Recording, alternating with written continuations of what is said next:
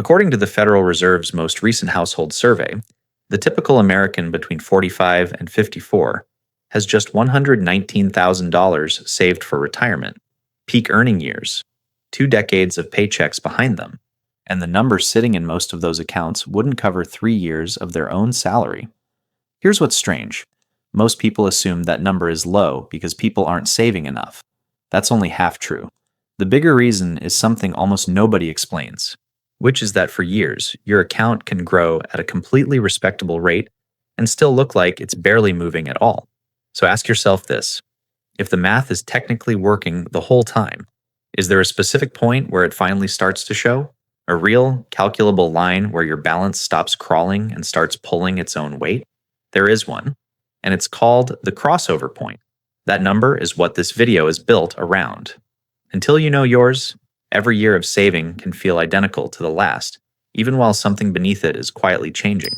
My name is Alex, and if you've ever stared at a retirement statement and wondered whether any of it is actually working, stick with me, because the flat feeling you're having is real. It's just not telling you what you think it's telling you. I'm going to walk you through the exact formula for finding your own crossover point, and what your account does in the years right after you cross it. Once you know that number, you'll stop guessing whether you're behind and start counting down to the moment the math flips. That flip starts with a number most people misread completely: the contribution illusion. Here's a number that trips people up more than almost anything else in personal finance: $18,000 a year. That's roughly what a solid retirement saver puts away. And it's also, coincidentally, about the price of a Chanel Classic flat bag in caviar leather, medium size. Same amount of money, wildly different feeling. Meet Danielle. She's 45, works as a supply chain manager outside Charlotte, North Carolina, and she puts $1,500 a month into her retirement accounts. Real discipline, month after month, paycheck after paycheck. Here's the misreading everyone falls into. Your brain assumes saving money should feel like watching a number climb steadily upward, almost like a paycheck deposit. Contribute $18,000, and some part of you expects to see $18,000 of visible, satisfying progress. That's the linear model. It's clean, it's intuitive, and it's almost completely wrong. What actually happens is a compounding curve. And the frustrating thing about a compounding curve is that early on, it looks exactly like a flat line. You genuinely cannot tell the difference with your eyes. Let's walk through Danielle's first few years, because the numbers tell the real story. In her first year, she contributes $18,000. The market's contribution back to her? Around $591. That's it. She put in the price of a designer handbag and got back the price of a decent dinner and a tank of gas. By year 3, she's contributed $54,000 total. Her market gain that year has grown, but only to about $3,360. Better. Still not exactly thrilling when you're the one writing the checks. Now jump to year 5. Danielle has put in $90,000 of her own money. Her account has grown to $107,415, which sounds encouraging until you realize the market only contributed about $6,585 that year.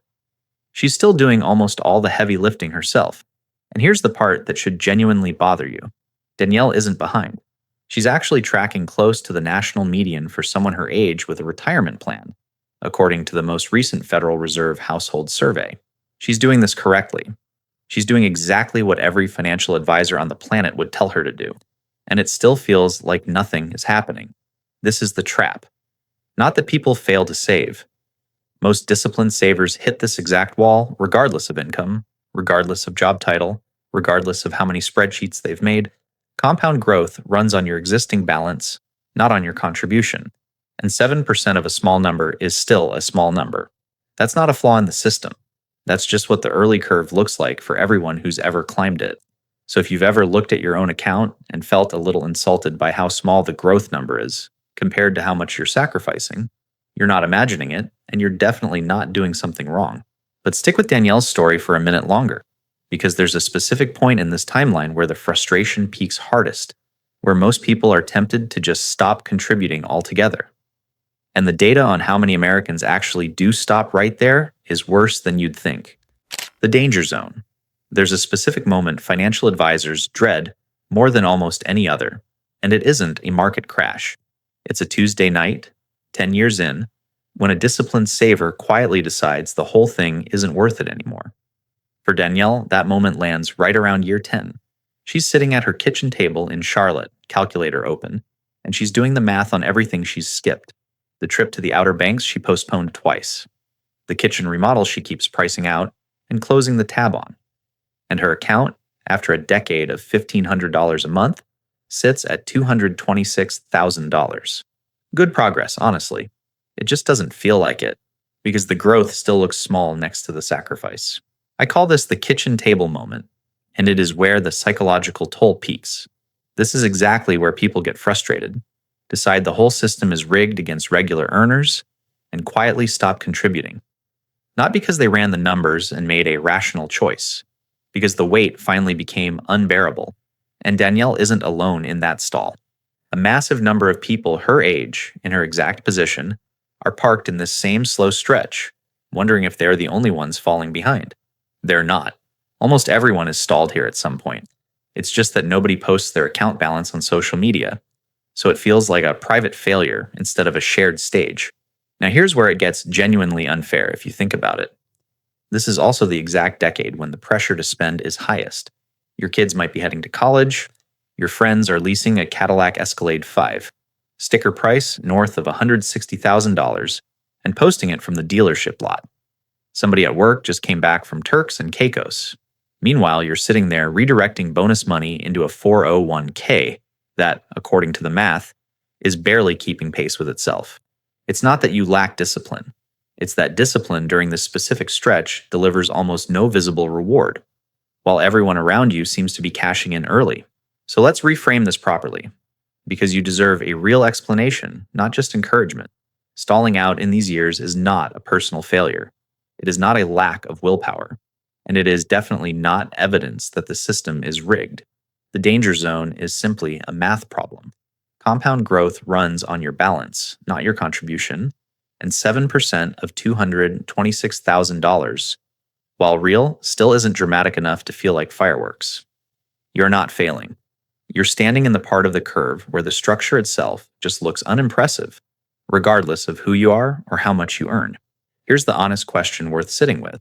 If almost everyone hits this exact wall, and almost everyone considers quitting right here, what actually separates the people who push through from the people who stop contributing for good? Because there's a specific number sitting just past this frustration, a number where the math finally stops rewarding your effort and starts rewarding your patience instead. The ignition point. Here's a question worth pausing on. If Renee's account has felt slow for an entire decade, is there an actual moment when that changes, or does it just stay slow forever? There's an exact moment. And for Renee, we can name the precise number. Remember, she's putting in $18,000 a year, $1,500 a month, expecting a realistic 7% return. Her ignition point, the balance where her market gains finally match her own contribution, dollar for dollar, comes out to $257,140. Here's why that specific number matters.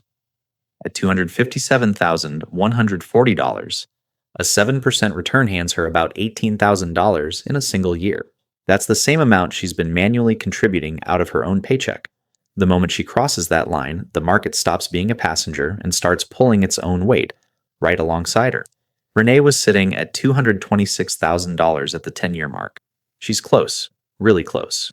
Somewhere around year 12 or 13, depending on the market, she crosses that threshold. And something shifts that has nothing to do with her paycheck at all. Now, the formula behind this is almost embarrassingly simple, which is honestly part of why nobody talks about it.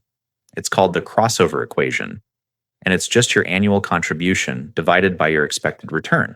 For Renee, that's $18,000 divided by 0.07, which lands on $257,140. And here's the part that should make you sit up a little. This scales to any income. Contribute $12,000 a year instead, and your crossover point drops to around $171,000. Contribute $30,000 a year, and it climbs to roughly $429,000. The formula never changes. Only your inputs do. This is also, by the way, exactly what Charlie Munger was talking about when he said the first $100,000 is the hardest. People love quoting that line without explaining it, like it's just motivational wallpaper. It isn't. Munger was describing this precise mathematical crossover, just at a different contribution level than most of us. He wasn't being poetic. He was pointing at a specific dollar figure where money stops being a passive passenger and starts becoming the engine. Think about what that actually means in Renee's life. Right now, contributing $1,500 a month feels like a real sacrifice. The kind of money that could have gone toward a Cartier tank must-watch, or covered 3 months of a lease on a BMW X5. Once she crosses $257,140, though, the market itself starts contributing that same amount every single year, without her lifting a finger. She's not carrying the portfolio anymore. The portfolio starts carrying her. There are really 3 stages to this whole climb, if you zoom out far enough. First, the starter floor, where you're doing nearly all the work yourself. Second, the inflection band, that crossover point where the math finally flips in your favor. And third, the stage where the market takes over the heavy lifting almost entirely. What's genuinely tragic is how many people quit during stage 1, standing just a few years away from stage 2, with absolutely no idea how close they actually are. So here's the real question. What happens to Renee's account after she crosses that line? Because the acceleration that follows isn't gradual. It's the kind of jump that makes the first 10 years look like they happened in slow motion. Catching fire. Here's a question that would have sounded insane to Renee back at year 10. What if the version of your account that once grew by $591 in a single year could someday grow by almost $40,000 in that same 12 months without her contributing a single extra dollar? That's not a hypothetical. That's just where the curve goes once you cross the ignition point. Remember, Renee crossed $257,140 somewhere around year 13. Fast forward to year 20. She's now 54, still contributing that same $18,000 a year, and her balance has grown to roughly $568,750. Here's the part that should genuinely stop you. At that balance, a single 7% year hands her about $39,800. That's more than double what she puts in from her own paycheck in 1 year, without lifting a finger. Keep going. By year 30, Renee's 64, and her account has climbed to somewhere around $1,367,000. 1 year's growth at that point is roughly $95,600. Sit with that for a second. $95,000 in a single year is more than 5 times what she's contributing annually. And it's also, for context, close to the price of a fully loaded Range Rover autobiography, financed by pure math instead of a car loan. There's something almost poetic about where that kind of growth actually leads. A single strong year at that stage could realistically cover the down payment on a waterfront condo in Sarasota's Golden Gate Point, where listings currently run somewhere around $1.1 million. Not because Renee's suddenly rich, because her money, after 3 decades of unglamorous monthly contributions, finally started generating more in a year than most people earn from working one. Now here's the number that really drives the point home. Renee's first 5 years of contributions, back when the growth felt like nothing, only added up to $90,000 out of her own pocket. But that early money, left alone to compound for the full 30 years, grows to roughly $583,000 by the time she's 64. Compare that to her final 15 years of contributions, which total $270,000 of actual money she wrote checks for. Her first 5 years, the years that felt the most pointless, ended up outperforming 3 times as many years of later effort. That's not motivational fluff. That's just what happens when you give a small amount of money enough time to work. This is why the early stall matters so much, and why it's worth naming clearly. Those first 5 years aren't the least important years of the whole plan. They're the most important ones, precisely because they have the most time left to compound. Every dollar Renee contributed at 34 is doing more work than every dollar she'll contribute at 63, even though both dollars cost her the same amount of sacrifice at the time. Of course, none of this happens automatically. A single bad decision along the way, a fee nobody explained clearly, a moment of panic during a rough market, a year where contributions quietly stopped. Any of that can push this whole timeline back by years. And the truth is, most people don't get knocked off course by one dramatic mistake. They get knocked off by something much quieter. something that's easy to overlook if nobody ever points it out to you directly: surviving the climb. Here's the quiet mistake I mentioned a moment ago, the one that doesn't announce itself, and it starts with the decision that 73% of people who make it don't even remember making. They just stopped. Let's look at two savers, both starting from the exact same spot as Renee. Both are 44. Both have $226,000 saved. Both hit that same rough patch around year 10. The frustrating stretch where the growth still feels invisible. One of them, we'll call her Denise, a hospital administrator in Columbus, Ohio, gets tired. She doesn't panic sell anything. She just quietly turns off her contributions for a while, telling herself she'll restart once things feel less tight. The other keeps her automated transfer running exactly as it was, month after month, without renegotiating with herself every payday. 20 years later, the one who kept going has roughly $156,000 more in her final balance.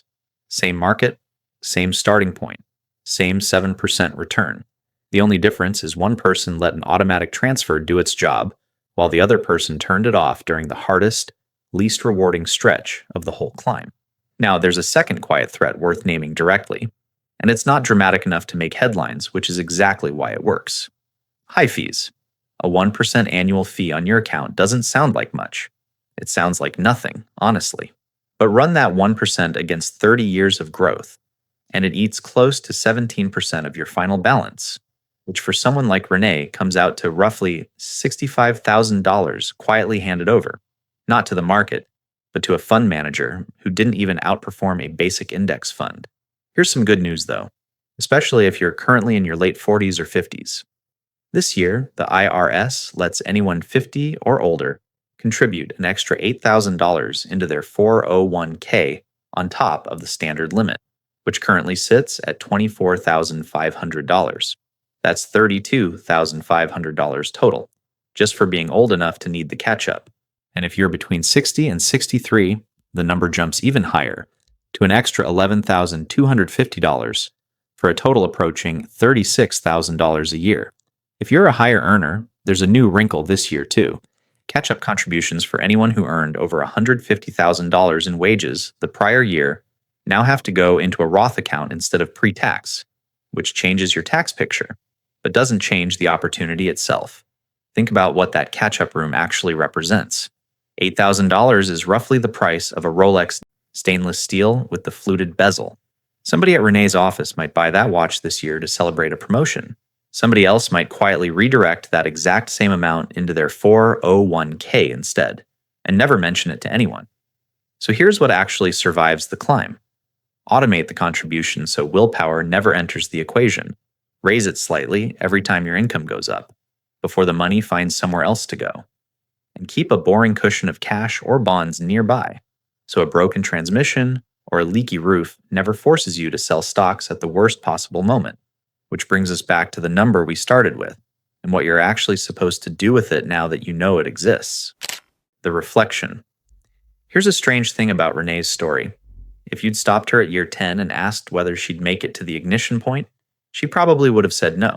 Not because the math was against her, because the feeling was. That's really the whole lesson, isn't it?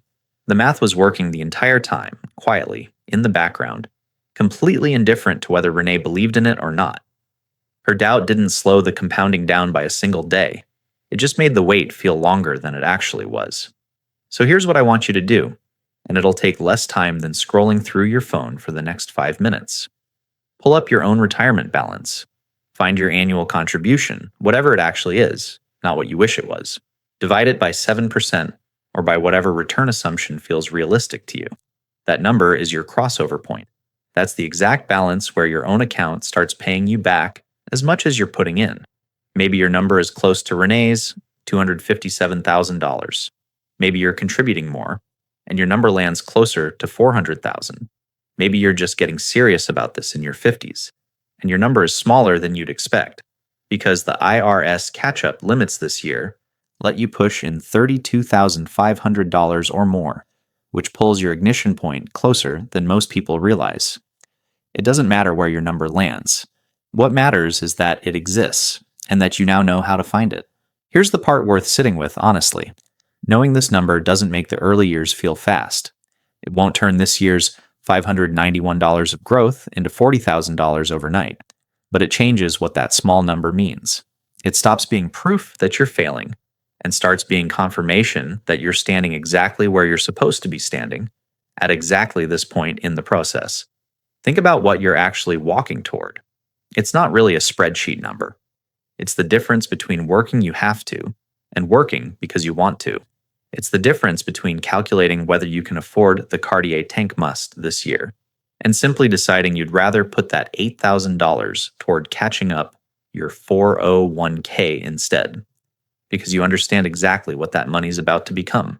It's the difference between renting a place near the coast every summer and actually owning something on Golden Gate Point in Sarasota, because your account finally started generating more in a year than you take home from work. None of that happens by accident, and none of it happens overnight either. But it also isn't some far-off fantasy reserved for people who got lucky or started early. It's just math, running quietly in the background of an account that might already be closer to its ignition point than you think.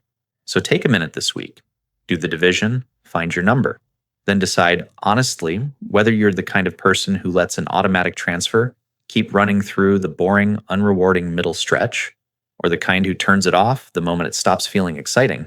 Because somewhere between those two choices is the entire difference between staying stuck at the kitchen table and eventually watching the fire catch on its own. The fire was always going to catch. Here's the realization worth carrying with you. You were never behind. You were just standing in the part of the curve that looks the same as standing still, even though it isn't. A few things worth remembering. Compound growth runs on your balance, not your effort. So the early years are supposed to feel slow. Your crossover point is a real, calculable number, not a vague milestone. The fees and pauses that hurt you most are quiet, not dramatic. And the years that feel most pointless right now are doing the most work over time. So here's what to actually watch for going forward. Notice when doubt creeps in around your own kitchen table. Notice whether your contributions are still running or whether they quietly stop somewhere you haven't checked in a while. That's usually where the real damage happens, not in a single bad decision, but in a slow, unnoticed drift. There's still one open question we haven't touched. What happens to this exact math once you retire and the contributions stop, but the withdrawals begin? That's a different curve entirely, and it deserves its own explanation. If this helped you see your own number differently, I'd genuinely like to hear where you landed. Share it with someone who needs to hear it too.